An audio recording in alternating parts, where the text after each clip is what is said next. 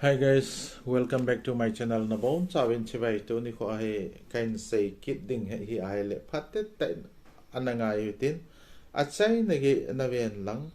chuti le hi chit thu ki sei ho hi na he thema he le youtube ma he boina na nei lo de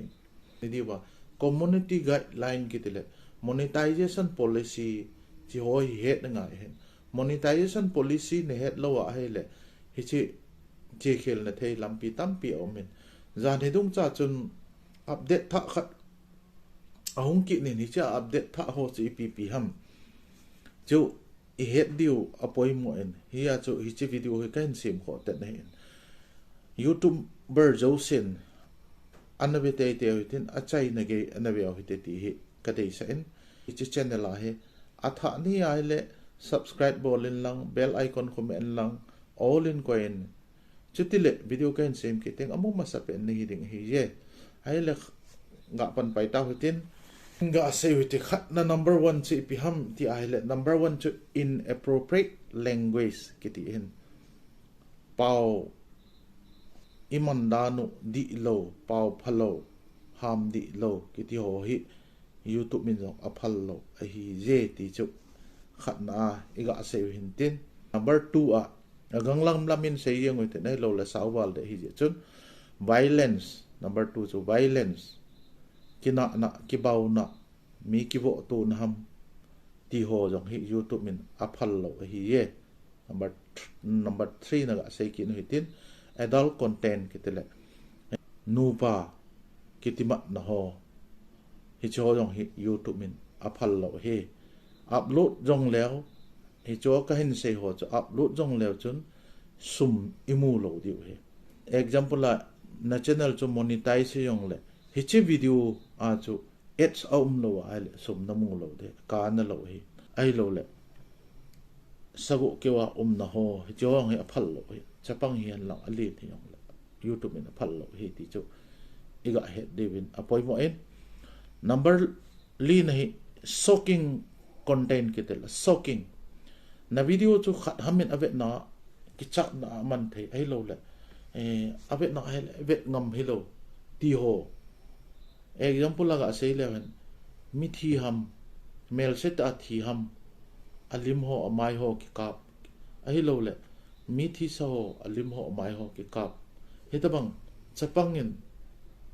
ave thelo min mi ta chapang ti lo bang ali ni no vet na ai le king yang vet ngam hilo ti ho hi youtube min aphal lo he yem te mi thi ham video na kap ding a poi mo jong le mi thi ko bet sa ting amai hiya ama long ho blur la koi de he chuti le hi thei ki the blur na koi lo le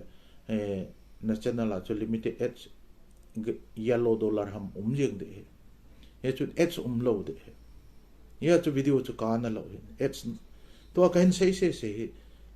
ads lo de he cho content ho na sim kha ai le he chu na ki che ngoi ten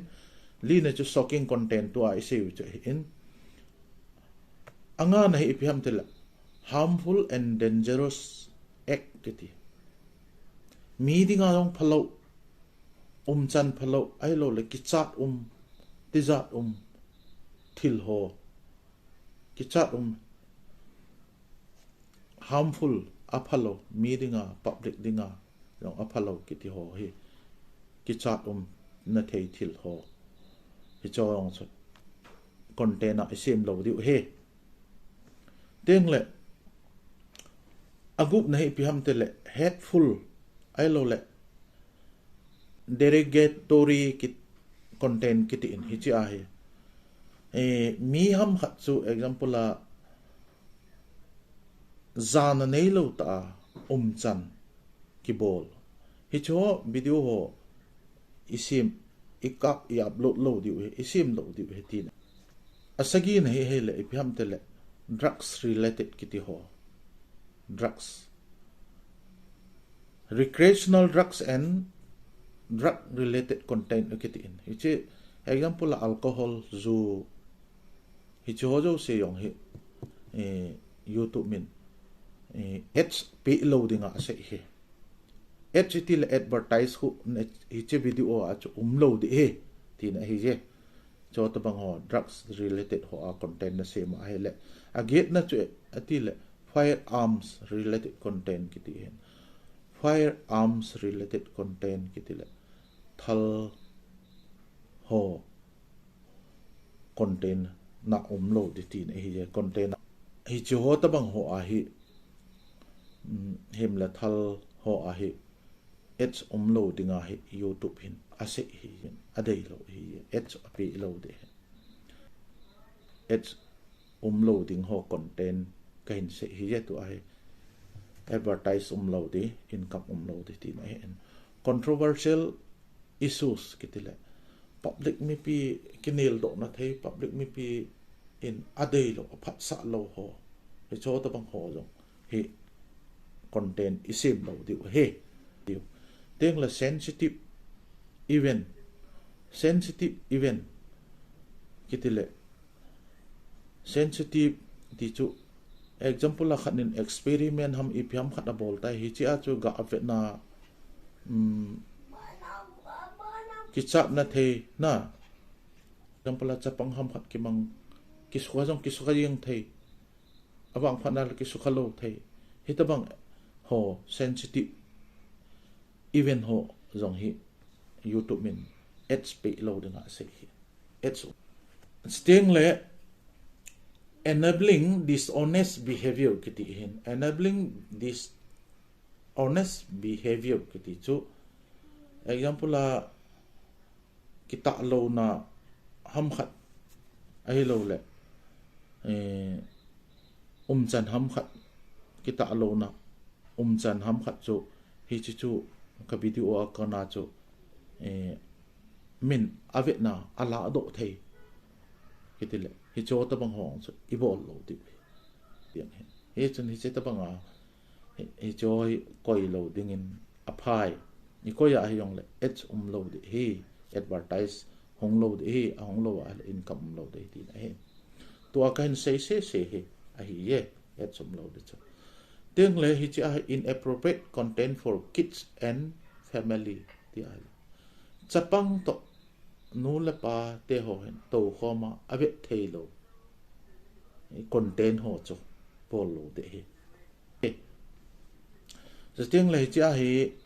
incendiary and demeaning kiti hi chỉ hen ga beleo hen mi ham khat chu hi chi video ham khat chun khát là khát ham ta tu riêng na thầy ai lo là khát ham kinh nọ riêng na thầy upload thầy he content cho nan te đi hin ai là et so lo de in se tiếng lại he chi mi hem khát ama value chu ama hi na kisu mang pe riêng i ma cha hi lo kisu riêng ai hon ni soi ti tabang bang wa hi chi tabang mi khát value ham khát mi khát ahi na ham khát su niệm na ding hi tabang ho yong cho YouTube in aphal lo hi chu ho hi limited ads or no ads kiti hi content na hai ads lo mai thai ai lo ma hi yong la ki khát ham niam di ti na limited ads hi chun hi cho tabang ho hi bol lo aphai ye steng la achai na hin ga sei kit lang khat he tobacco hon dum phol jong imo biri yong che mo hi cho ta bang ho YouTube main example la biri na che men video na same tai anna vela chun anna patep lew chun et lo de hi chun hi che ta bang ho yong hi YouTube men tu tha zan hi dung cha chu zan hi masa chu same de ka ti hen ka same man pon hi chun hi cho ta bang ho tobacco related content ho rong hi sim lo de hi je ti chu iga sei da hen ten to chun som le li chan i sei hi cho la chu nang man i tabang content nan ne yang ham ana ki che mo hi ten tu ni yang yong chun mi khat video hi ka ve en hi le ama a chu mi thi na hi video hen la en video hen ka me na he le mi thi na video ki kap chu ka ve en hi a he le amai ho jong phate ta kilang jiang a hi le a video ka ve chai chun amin wang hin sei pong katin koi channel hi yong sei pong katin a video ka bet chai chai chun ama he ka phone hin a hi le hi chi tabang video na upload hi channel cho monetize hi chi na video a cho h di hinam ki che ngin ka ti a hele a ki che ngin a hi a le ama a yong chu yellow dollar a koi pe o he he chu ni yellow dollar a koi pe pha na chun I lo de tam tin hi chi wang chu zong le h lo di le ka na lo hin video chu hi a chu delete cho pha pe na ti chu ka sei pi hen he chun hi chi tabang ho face ibol lo na di wa hi chi video hi kain sem he in hi cha hin ki sem ho hi ching thei ta in ki mel chu hi tin ibol lo di wi na phai ibol wa le video a chu h lo hi je ti hi ega sei yu hin tin monetization policy ai ni che monetization policy hi head theme angai in head theme lo wa le head theme lo ya chu in upload jeng di uni hin la tampi chu khonung teng la in head do teng la I channel long chu anamui phat jong hong thing the cha chu google la khon type jong la han community guideline jong ga type jong la hong do jeng in latest monetization policy ho yong event normal e type ma la hong do jeng hen hi chun phatet na be hitin an che pi hite pi dingin ki go hite ai lo wa hele e content ho hi monetization policy to ki to lo hi a hele income nei lo di hi tu ne ai se wi chu chan chi han lang hi che ka content sem ho he aphai na ti a nang man na phat chom pi a he lawang like subscribe bol lo win da la po te na le se teng la aphai na ti a la na ngai dan comment jong hoi ta jong na drop the hi je le chan chen la ka ke pa ele